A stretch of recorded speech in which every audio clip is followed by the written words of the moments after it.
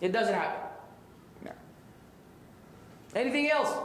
Yes, sir. Thus, a son or a daughter has to specify some form of worship for his parents, or automatically, as Salatun Jariyah, the parents will automatically get their share from their righteous children. No, the hadith here, we have two different things. The sadaqah which they will benefit from is something that you intend to give on their behalf. It's something which you intend to give on their behalf. It is not every sadaqah that you do for yourself. Unless it goes back to them through another channel. The channel of them being the ones who taught you to give sadaqah. For example, your parents, every time you would be driving around, they used to give sadaqah to people. You learn this noble character from them. Now because they taught you this good deed, they will get the reward of the good deed that they taught. As for a sadaqah in a particular amount that you intend to give on their behalf, then the niyyah should involve them. So can we say, for every good deed that we had, let it be that a portion of that for my parents? Well, not every good deed. Not every good deed. The deeds which we have allowed in Islam. And not every deed will benefit them. Sadaqah will benefit them. Hajj will benefit them. Umrah will benefit them. Dua will benefit them. As far as we know, nothing else will benefit them from the deeds of the children. Can you elaborate sadaqah? Sadaqah means spending money to poor, or? Yeah, I mean, one form of sadaqah is spending on the masakeen, the poor, those who are in need. They could be giving some car. It doesn't have to be necessarily, riyals. It could be anything you give that someone benefits from. Just anything that will help a needy person. Assalamu alaikum wa alaikum salam. What is the duty of a daughter-in-law if she knows that her mother-in-law has not brought up her son in an Islamic manner, not taught, see I told you, not taught her son the difference of haram and halal, basic duties of Islam, and also normally. Okay. Well, the duty that you have towards her is that you realize that what has happened has already happened. It's in the past. And you treating her a certain way is not going to change the past, nor will it take you back in time, to make any changes so she can make any changes. It's done. Her son already has been neglected in terms of Islamic upbringing, even though the father plays a major role in that. But assuming the father wasn't around for whatever reason, it's already in this situation. You do not let that old grudge, force you to become rude, disrespectful, or evil to her. Because it's in the past. People were evil, they repented to Allah. And if she's still in that situation, she still has a right. Look, you have to be political. You understand, you're married to this man. You want your household to be a sound, healthy one. Playing around with the mother-in-law may ruin that for you. So don't play with fire. Be wise. Don't be going, tap for the one for one. But you did this, I'm going to do that. You didn't do this, then I'm not going to do that. No, it doesn't work. You will lose. Even if you win, you will lose. Because the household will suffer. The children will suffer. The husband, he will suffer the most. He doesn't know where to go. He doesn't know how to please his mother and how to please you, how to please everyone. He will suffer the most. So you need to chill out. Let it go. Smile. No problem. Alhamdulillah. Qaddar Allahu ma sha'a fa'al. Life goes on. That's the only solution you have. If you want to be, technical, then you will suffer. So forgive her and ignore her shortcomings. And try to teach your husband. If his mother didn't teach him manners and how to know halal haram, you teach him. MashaAllah, since it seems that you already know. So you can be his shaykha. If he doesn't learn over a period of years, if he doesn't want to learn. It depends. We're not going to discuss issues we have actually lectures, inshallah, dedicated for that. One practical question I have in this case. The wife is pious, the husband is not. What should be the relation? It depends on how unpious he is. If he doesn't pray, he is not fasting, he is not praying. He's a kafir then. No, listen brother. He doesn't pray, he's a disbeliever, she cannot be with him. She cannot be with him. So if he's praying sometimes Friday just for a short No, Habibi. I have a practical situation. I realize that praying on Jumu'ah does not make you a Muslim. So last to enter and first out. I mean sometimes. No, Habibi. If you don't pray, if the man does not pray 5 times a day, he is not a Muslim in the sight of Allah. If he's not a Muslim, he is an apostate. If he's an apostate, she cannot be his wife. A Muslimah cannot be married to any man but a Muslim man. She must leave him. It's not. And I've received questions that we've told the sister a million times, sister, it's haram for you to remain with him, and she doesn't listen. Then she continues to suffer. But if he doesn't fear Allah, you think he's going to be worried about you? If Allah's rights are not important for him, what about your rights? Of course he's going to go around cheating and go around with different women. He doesn't care. His relationship with Allah is ruined. He will not care about anyone else after Allah. This man is no good. Allah created many men on earth. He can leave. She go to court, gets khula, or the judge will actually nullify that marriage. It becomes void because of his apostasy, and she goes on with her life. Allah will give her another husband, or even if she doesn't get married, it's better than being with a man of this nature. Now, if he prays 5 times a day, but he has problems, then she remains patient with him. However, if remaining with him, if he doesn't take advice, he doesn't change, and her obedience to Allah, her righteousness will be affected in the process, then she also may consider divorce. A woman has the right to seek divorce from a man who's not religiously committed.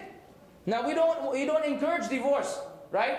We try to make it happen and reconcile, but at the end of the day, you're trying to go to Jannah. And if someone's going to be an obstacle in your way, you just get them out of the way. That's what it boils down to. Tayyib? So tell this brother to stop praying on Jumu'ah only. Pray 5 times. You go listen to the khatib, but then what? Then you go for Asr, you don't pray. A'udhu billah, sallallahu al-afiyah, sallallahu al-afiyah.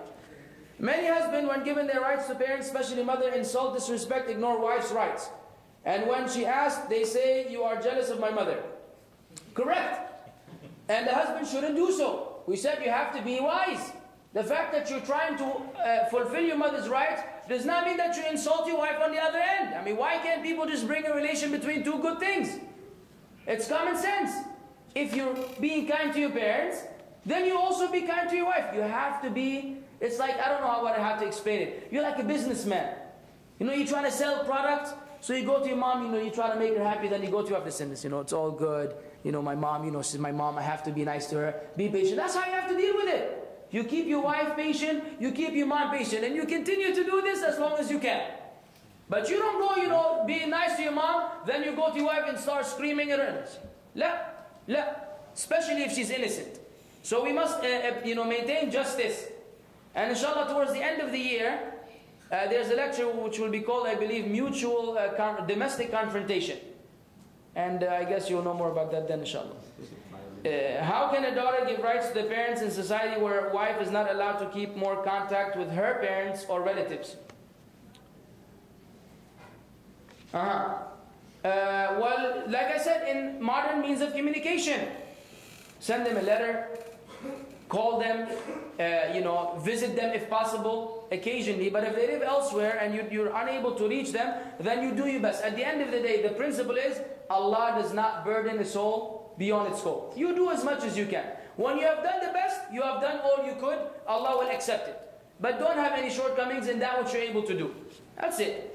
My kids don't allow to kiss them. Whoa!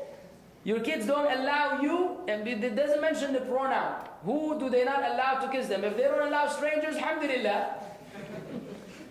If they don't allow you, Allah musta'an. But I'll tell you something from experience, that children sometimes are disgusted by saliva. And it depends on how the mother, you know, some mothers, mashallah, when they kiss, they kind of drool on you know, the son's cheek. And it's very nasty for the children. So you have to understand that this is not a very entertaining experience for them. So try to avoid that, you know, extra saliva and keep your kiss dry.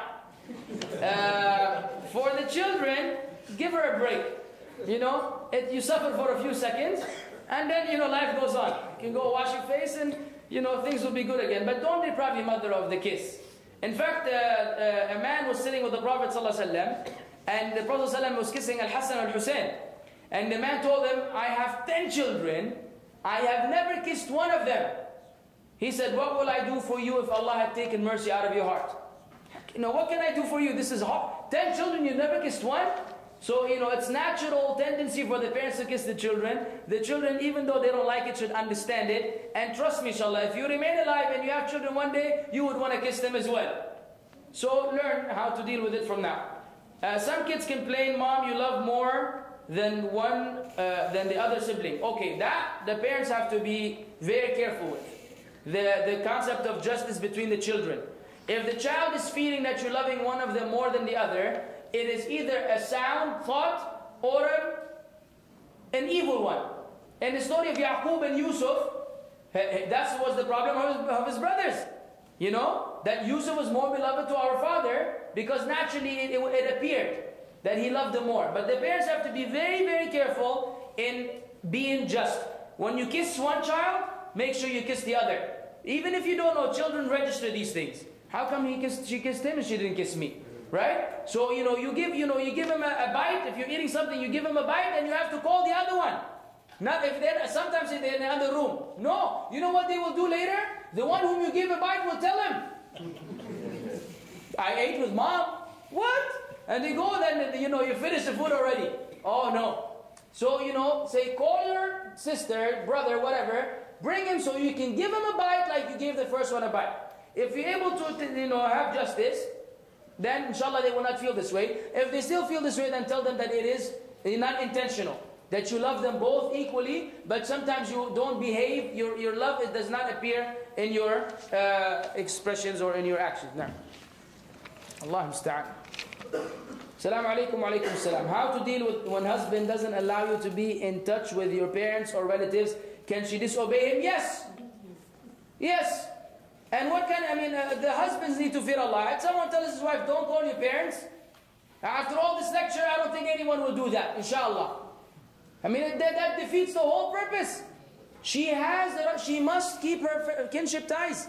Now, she shouldn't do so, however, by causing war at home with her husband. She needs to get his consent at the end of the day. But he, on the other hand, should not deprive his wife of keeping her kinship ties to the minimum. Sometimes the husband knows that the environment where she's going is not very healthy, and he's worried about her well-being, her religious commitment. He may have valid reasons why he doesn't want her to visit ex-relative. And the woman should take that into consideration. But if the husband is just being a dictator, just trying to impose on her things without any justifying reasons, then no. But ultimately, she has the right to keep her kinship ties. And the husband should help her keep her kinship ties, not deprive her of keeping her kinship ties, especially that of her parents. Na'am, wallahu a'lam. Anything else? Now, you think the elderly relatives in the family, like your mother, sister, like people who are like your mother, how is this? Kissing? Well, we're speaking about innocent kiss, akhi. No. Cheek.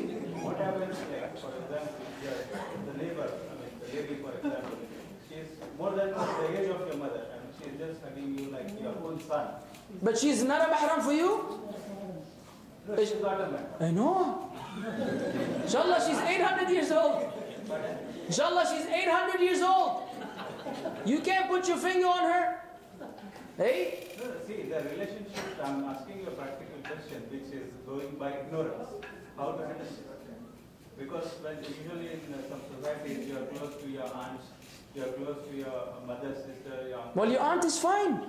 No, the mother, sister is fine, but uncle's wife and neighbors, elderly neighbors. Okay, let's put it that way. Whoever is a mahram for you is a mahram.